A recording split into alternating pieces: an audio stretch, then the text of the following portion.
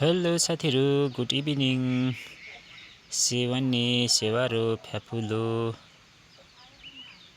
यहाँ हेर्नुहोस् न, हाम्रो घरको छेउमा चाहिँ बिजुलीको तारमा चाहिँ ढुकुर चाहिँ बसेर साथीलाई पर्खिरहेको छ। सुन्नुभयो कराएको तपाईँले? सायद यसको गुँड चाहिँ हाम्रो यो घरको अगाडिको यो घाँसको रुखमा छ साथीहरू। र यसले चाहिँ आफ्नो अब परिवारलाई भनौँ न यसरी घुर्दै पर्खिरहेको छ नि त। हेर्नुहोस् न, यिनीहरूमा पनि कति माया हुन्छ र कति यिनीहरूकोमा पनि एकदमै माया हुन्छ नि त, बेसी हुन्छ यिनीहरूकोमा। सुन्नुहोस् न, उसको जोडीलाई बोलाएको होला नि त हो। यहीँनिर ओथ्रा बसेको छ साथीहरू। र पहिलाको नानीहरू र अहिलेको नानीहरूमा धेरै भिन्नता पाइन्छ। पहिला चाहिँ हामी चाहिँ चराहरूको गुँड देख्यो भने चाहिँ सधैँ चराको गुँडमै जान्थ्यो नि त।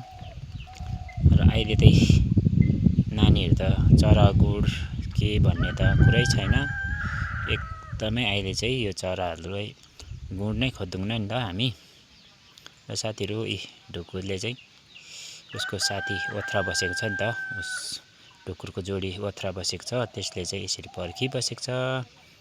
र साथीहरू, यसरी नै मान्छेले पनि मान्छेको जोडी यस्तै मायाले बाँधेको हुनुपर्छ म चाहिँ भन्छु नि त साथीहरू। अब यसले चाहिँ कति पर्खिरहेको छ नि त।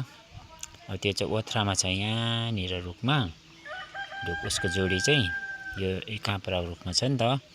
र ऊ चाहिँ यहाँ अगाडि तारमा बसेर सधैँ पर्खेर कराएर बसिरहन्छ। र साथीहरू, अब चाहिँ यो उड्नु खोज्दैछ है। हेर्नुहोस् है हो, यी ढुकुरहरू कराएको, घर छेउमा चराहरू कराएको चाहिँ कति राम्रो सुन्छ साथीहरू। हेर्नुहोस् नि, देख्नुहुँदैछ नि तपाईँहरूले पनि। र साथीहरू, म तपाईँहरूलाई भन्छु, त्यसरी यो यिनीहरूको ढुकुरलाई कहिले पनि, ढुकुरको जोडीलाई चाहिँ क्याटिसले मटेङ्ग्राले नहिर्काउनुहोस्। किनकि यिनीहरूको चाहिँ जब एकताल जोडी छुटेर गएपछि अर्को जोडी बनाउनु सक्दैन अरे नि त।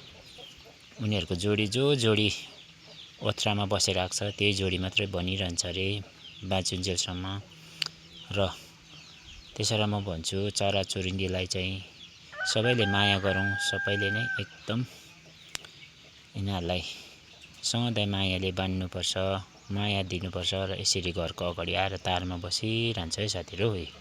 मेरो चाहिँ घरकै अगाडिपट्टि तारमा बसिरहेको छ है साथीहरू। सुन्नुहुँदैछ तपाईँले घुरेको? हवस् त साथीहरू, आजलाई यति नै, धन्यवाद।